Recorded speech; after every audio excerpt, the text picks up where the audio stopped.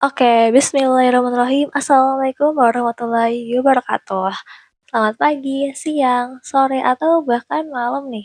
Tergantung teman-teman buka video ini di jam berapa. Oke, kembali lagi di channel kami yaitu Bimeka Academy, di mana kita akan belajar materi-materi biologi, ekonomi, fisika, kimia, dan matematika. Oke, ya, hari ini kita akan belajar apa nih? Coba kita lihat kata pertamanya dulu deh. Ada kata-kata karbohidrat. Nah, karbohidrat pasti teman-teman tuh pada mikir, oh ini ternyata pasti pelajaran biologi nih. Tapi ya, ingat belum tentu sepenuhnya ini pelajaran biologi. Kenapa? Oke, coba kita cek dulu lagi deh. Karbohidrat dalam lambung manusia akan terhidrolisis. Nah, ada kata hidrolisis. Lisis itu kan artinya penguraian ya. Kemudian hidro itu artinya itu adalah air. Berarti penguraian air dong. Enggak, tapi secara istilahnya, ya itu tadi kan secara bahasanya ya. Kalau secara istilahnya, hidrolisis ini adalah penguraian zat dalam reaksi kimia ya yang disebabkan oleh air. Jadi ingat ya, hidrolisis itu adalah penguraian zat dalam reaksi kimia yang disebabkan oleh air. Nah, berarti kalau kata-kata hidrolisis dan ada dalam reaksi kimia nih, pasti ini berhubungan sama materi kimia juga. Jadi ada biologi dan ada kimianya. Kalau di kuliah itu disingkat jadi apa? Ya, disingkat jadi biokimia. Oke, skip. Lanjut ya.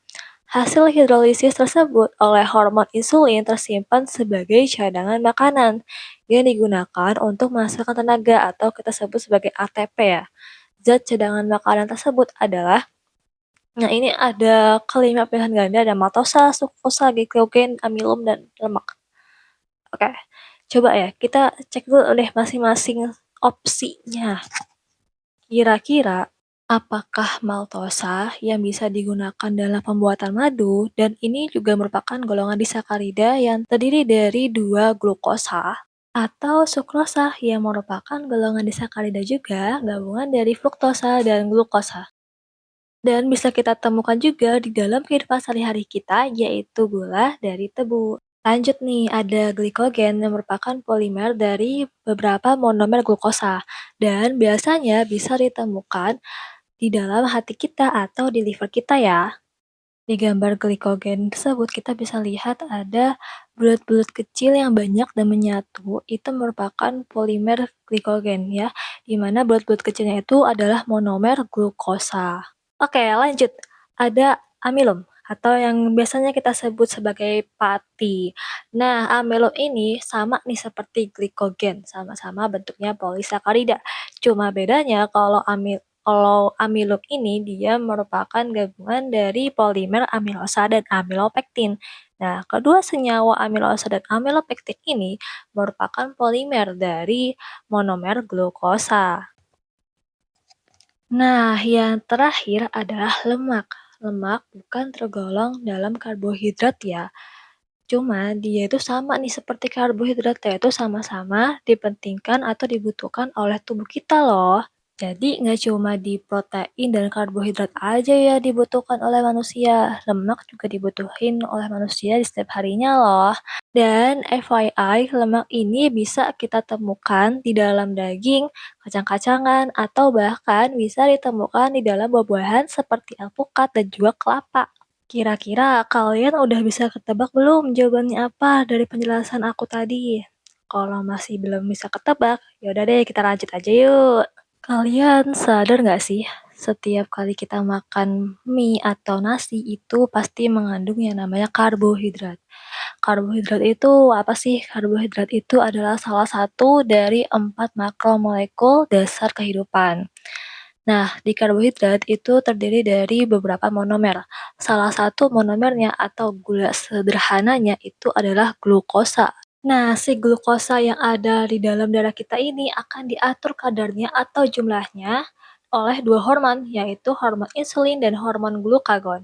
Hormon insulin dan hormon glukagon sama-sama diproduksi dari pankreas ya.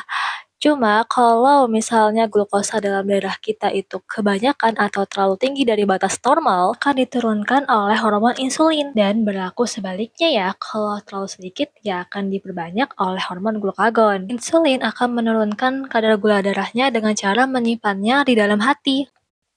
Hormon insulin punya peran penting dalam mengatur metabolisme glukosa, seperti dalam proses glikolisis, glikogenesis, dan lipogenesis. Cuma salah satu yang berkaitan erat banget dengan soal, yaitu glikogenesis. Di proses glikogenesis, glukosa yang berlebihan di dalam darah kita itu akan dijemput oleh hormon insulin dan disimpan di dalam hati dan juga otot, di mana semua glukosa yang telah terkumpul di dalam hati dan juga otot itu akan membentuk zat glikogen sebagai cadangan makanan. Oke, dari penjelasan kakak tadi, berarti jelas jawabannya mana? Yang cendol. Setelah kita belajar hal ini, selain kita jadi tahu, kita jadi dapat merenung betapa sempurnanya ya ciptaan Allah itu, Masya Allah. Bayangin kalau nggak ada hormon insulin dan nggak ada hormon glukagon, kira-kira bakal terjadi apa ya di dalam tubuh kita ini. Dan intinya jangan lupa tetap bersyukur di setiap harinya, selagi Allah masih memberikan kita nikmat kesehatan dan juga masih diberikan nikmat seluruh anggota tubuh kita masih diberikan fungsi yang baik. Dan terakhir 2 kata untuk video ini yaitu terima kasih. Salam Kak Email.